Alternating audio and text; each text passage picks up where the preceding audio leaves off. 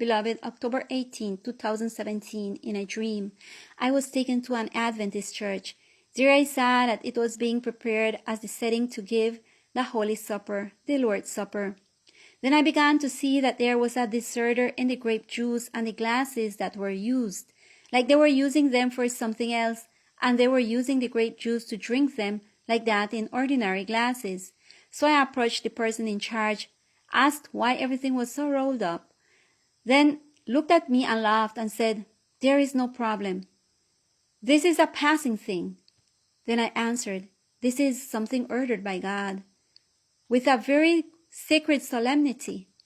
Since it represents the body and blood of our beloved Lord, how then do you treat it so lightly?" So I went to the pastor and informed him, and he said, "Sister, organize it and take it inside the temple, and that's where everything ends," he answered. So I returned to the place to collect the grape juice and take the glasses to its place. And when I entered the temple to look for the table of the Holy Supper, where the Lord's Supper is made, I saw that it was occupied. Then I was amazed because I saw there a coffin of a dead. So when I looked inside the coffin of the dead that was gray, there was a dead body in a state of decomposition. And everything there reeked of rottenness. But even so, everyone who was there, like it didn't bother them. So I came out with the grape juice, and I put them in a part of the back in the dining room and covered them. And suddenly, as it came out of me, I said, "Jesus, what is this?" So I came back and ran out and went into the church again, and there by the part of the front of the church, and I saw that a young man came to the front to take the microphone and announced, "It is time for the youth celebration. Everyone is invited." Then suddenly another came and announced the Holy Supper, and in the same room they were celebrating 3 activities. They were having a wake, they were doing the youth activity, and others wanted, to celebrate the Holy Supper. Then that scene was horrible as I saw how the Lord's Supper was denigrated. I was in a very difficult, very sad situation. It was like between indignation and amazement what I felt. At that moment, my companion appeared and said, "What do you see?" And I said to him, "Oh Lord, this is terrible in my eyes. How will it be in the eyes of our great God?" Then my companion answered me, "It is so, but this was to be expected, because its fall has led it to be lair of every hateful bird, where its rights are unacceptable in the eyes of God." Then I said to him in an exclamatory voice, "Is there anyone here who is realizing this apostasy?" And he told me, "Look and observe."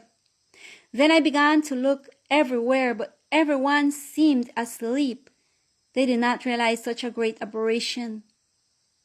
And then the leaders slept their senses with music, food, talking about travel, entertainment. And at the same time, while they were talking all this, they told themselves that they were right with God, that God was with them, and that they were doing the ritual of the Holy Supper, and that is why the Lord was there with them. Then at that moment, I couldn't take it anymore, and I screamed, "Wake up! Don't you realize that God abhors this? You're going to lose yourself. Don't you mind getting lost?" I was telling them. Then they looked at me, and everything stopped, and they all waited in silence to see what will the pastor be saying.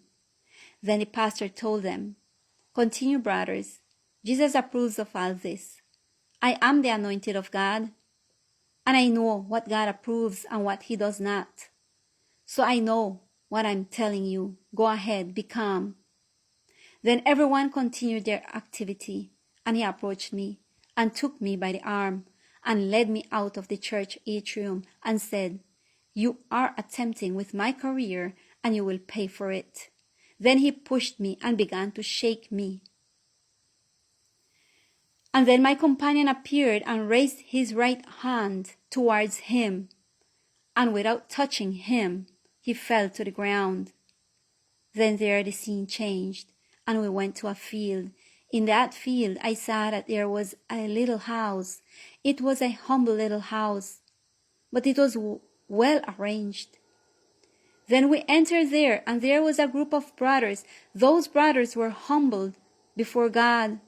They were seeking his face, seeking to know his will, and they were with great solemnity carrying out the solemn rites of the Lord's Supper. So there was only humiliation before God. It felt so beautiful to be in that place. It was so marvelous. It was so solemn, that moment, that I forgot for a moment what I had seen in the past. So while I was watching that special moment, my companion told me, it's time to go. So I said, please no, I want to stay here longer. But he urged us that we had to leave. Then he took me to a higher place. It was a place as I was there above the clouds, hence looking down. Then I began to see simultaneous things.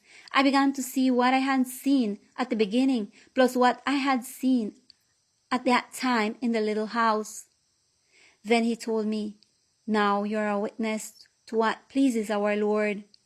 But the ritual, as he taught you, is a contrite and humbled heart.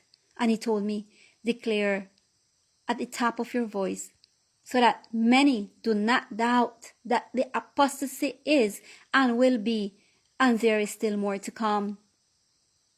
But whoever remains faithful to God will never be moved. With these words, beloved, there I woke up, realizing greatly that the abomination that exists within the churches and the system are not ignored by God and will have their just retribution. May God help us to understand. Blessings.